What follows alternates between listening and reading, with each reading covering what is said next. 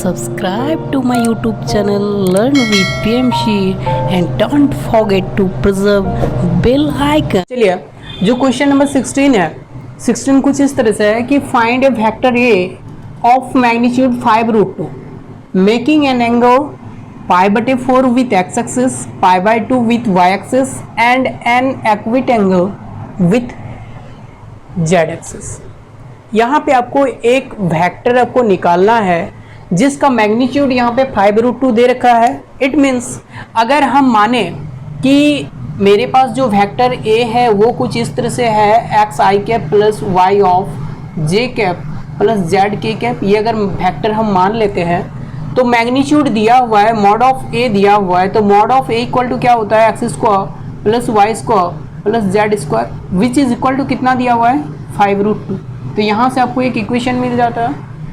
आगे ये भी कहा दिया गया है कि ये जो आपका वेक्टर दे रखा है ये वेक्टर एंगल क्रिएट करता है एक्स एक्सिस के साथ π/4, वाई एक्सिस के साथ π/2 एंड जेड एक्सिस के साथ कोई भी एक्विट एंगल क्रिएट करता है। तो सबसे पहले यहाँ पे जो एंगल का कंडीशन दे रखा है उस कंडीशन को जैसे अप्लाई करेंगे तो एक्स एक्सिस का जब इस वेक्टर के साथ हम एंगल निकालते हैं तो देखिए क्या होता है, ए और बी के बीच जब एंगल निकाला जाता है तो ए डॉट बी बटे mod of a into mod of b is equal to क्या होता है कॉस ऑफ थीटा होता है।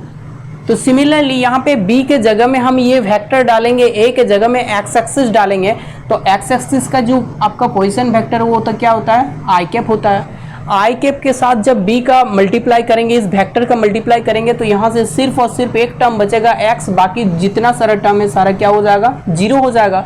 मतलब यहाँ पे हम कह सकते हैं कि since π/4 be the angle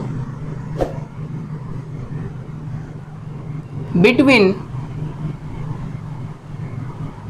A and x axis so that हम लिख सकते हैं यहाँ पे cos of π/4 is equal to i cap into x i cap plus y of j cap plus z of k cap. नीचे दोनों का magnitude, इसका मैग्नीट्यूड तो दे रखा है 5√2 और इसका जब मैग्नीट्यूड निकालेंगे तो 1 होगा क्योंकि ये यूनिट वेक्टर है, तो यहाँ पे हो जाएगा 5√2 इंटू 1। इसको सॉल्व करेंगे cos ऑफ π/4 तो इसका वैल्यू हो जाता है 1/√2 विच इज इक्वल टू, यहाँ पे देखिए इसको जब गुना करेंगे तो यहाँ से x बटे 5√2, √2 cancel, then x is equal to 5। x का जो वैल्यू आ गया वो क्या आ गया 5 आ गया। सिमिलरली यहाँ पे जब y एक्सिस के साथ यहाँ पे रिलेशन डालेंगे तो y एक्सिस के साथ सिमिलरली इसी तरह से हम लिखेंगे कि since π/2 be the angle between a and y axis then cos of π/2 is equal to यहाँ पे j cap into x i cap plus y of j cap plus z of k cap. नीचे दोनों का magnitude 1 into 5√2। यहाँ से cos π/2 का value 0 होता है और इसका वैल्यू जैसे डालेंगे तो यहाँ से y बटे 5√2 then y is equal to 0। यहाँ से y का जो वैल्यू आ गया वो क्या आ गया 0। देखिए यहाँ से x और y दोनों का वैल्यू आप निकाल सकते हैं, लेकिन z का वैल्यू एंगल से आप नहीं निकाल सकते हैं क्योंकि z का वैल्यू यहाँ पे जो थीटा बन रहा है वो दिया हुआ नहीं है। यहाँ पे कह दिया गया है कि कोई भी एक्विट एंगल यहाँ पे बन रहा है। तो इसके लिए हम लोग क्या करेंगे, इस रिलेशन का यूज करेंगे। यहाँ पे देख रहे हैं इसका जब स्क्वायरिंग करेंगे बोथ साइड तो यहाँ से हो जाएगा x square plus y square plus z square is equal to 5√5, मतलब ये 50 हो जाएगा, 25 इंटू 2 50 हो जाएगा। तो यहाँ से देखिए x और y दोनों का वैल्यू हम लोग निकाल चुके हैं, x का वैल्यू 5, y का वैल्यू 0। तो यहाँ से जब 5 का स्क्वायर प्लस 0 का स्क्वायर डालेंगे प्लस z का square is equal to 50, then z is equal to यहाँ पे 25, 50 में 25 गया 25, then z square equal to 25, then z equal to 5 हो जाएगा। तो z का जो वैल्यू आ गया वो क्या आ गया 5 आ गया।